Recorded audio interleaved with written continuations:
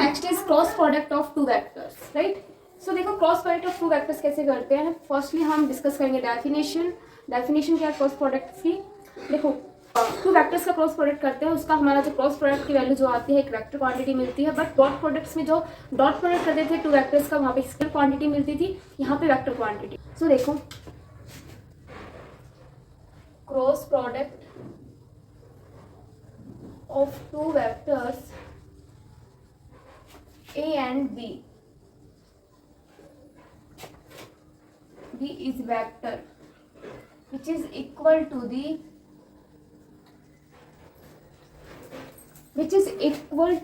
product of magnitude,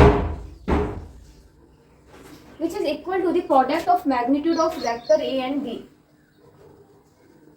Of vector A and B, and the smaller angle between them is what? Sine angle. And the sine of smaller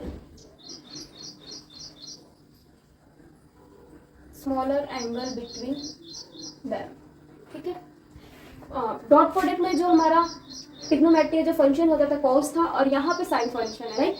so now देखो यहाँ पे हमने cross product किया vector A and B का, क्या मिलेगा हमें? एक वेक्टर मिलेगा, और जो कि वेक्टर क्या ये सी रिप्रेजेंट कर रहा है, ठीक है। सी हमारे क्या है? वेक्टर। नाउ ये जो सी की वैल्यू जो आ रही क्रॉस प्रोडक्ट करने के बाद वो क्या आएगी हमारी? ए बी, यहाँ पे sine theta, right. And now यहाँ पे एक सी कैप डिनोट करेंगे। सी कैप क्या है? Unit vector of C. C is the unit vector of C vector का, ठीक है। नाउ देखो ये हमारा वेक्टर क्वांटिटी तो आ रही है cross product of two vectors. Now vector quantity में मैग्नीट्यूड डायरेक्शन भी होता है। मैग्नीट्यूड हो जाएगा product of magnitude of vector A and B. Now direction, ठीक है। What will the direction of vector C या फिर ए क्रॉस बी की डायरेक्शन क्या होगी? टू वे है डायरेक्शन फाइंड आउट करने के लिए, ठीक है। First is screw rule and second है हमारा थंब रूल, ठीक है। फर्स्ट देखो स्क्रू रूल। देखो स्क्रू रूल में क्या होता है? वेक्टर ए एंड बी एक प्लेन ऑफ पेपर होता है, ठीक है। ये हमारा एक प्लेन ऑफ पेपर है। नाउ यहाँ पे वेक्टर ए एंड बी लेंगे जो कि थीटा एंगल से इंक्लाइन होगा।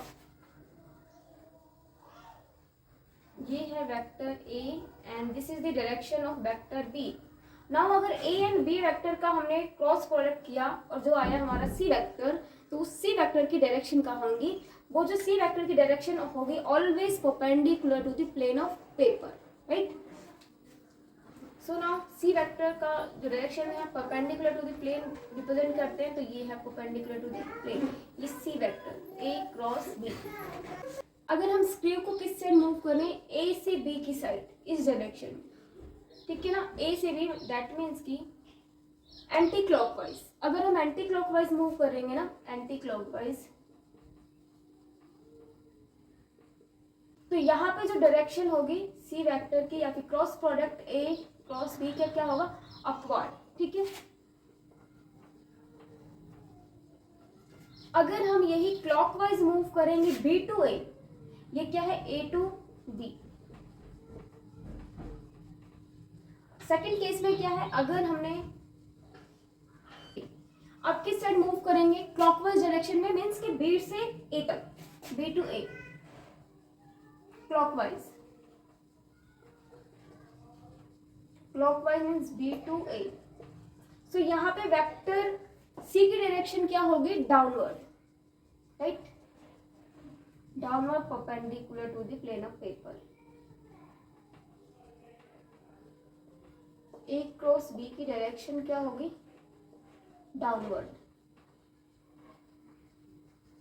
ओके। अब सेकेंड जो रूल है हम राइट हैंड थंब रूल से भी फाइंड आउट कर सकते हैं direction cross product of vector A and B की डायरेक्शन।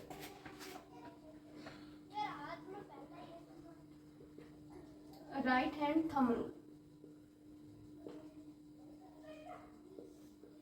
देखो अकॉर्डिंग टू दिस रूल हमें राइट हैंड थंब रूल के अकॉर्डिंग क्या होता है, हमें अपने कर्ल जो फिंगर्स है उसको मूव करना होता है लाइक दिस, ठीक है।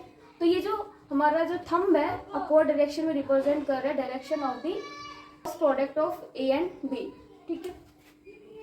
नाउ सेकंड जो है, अगर इसी कर्ल को हमने डाउनवर्ड करके मूव किया लाइक दिस, ठीक है, इस डायरेक्शन में, ये डायरेक्शन देखो क्लॉकवाइज है एंटी क्लॉकवाइज है, इस डायरेक्शन में क्लॉकवाइज है, ठीक है। तो इस केस में जो थंब हमारा रिप्रेजेंट कर रहा है डाउनवर्ड, सो इस केस में जो हमारे ए क्रॉस बी की डायरेक्शन क्या होगी, downward, right.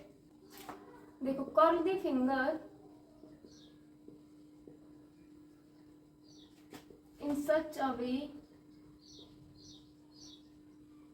that thumb represent the direction of vector A and B। हम किसके डायरेक्शन को रिप्रेजेंट करेगा, cross product of A and B, ठीक है। अगर हमने किस डायरेक्शन में मूव किया तो पहले तो एंटी क्लॉकवाइज में कर लेंगे, एंटी क्लॉकवाइज करेंगे तो अपवर्ड, ठीक है, and for clockwise downward, okay.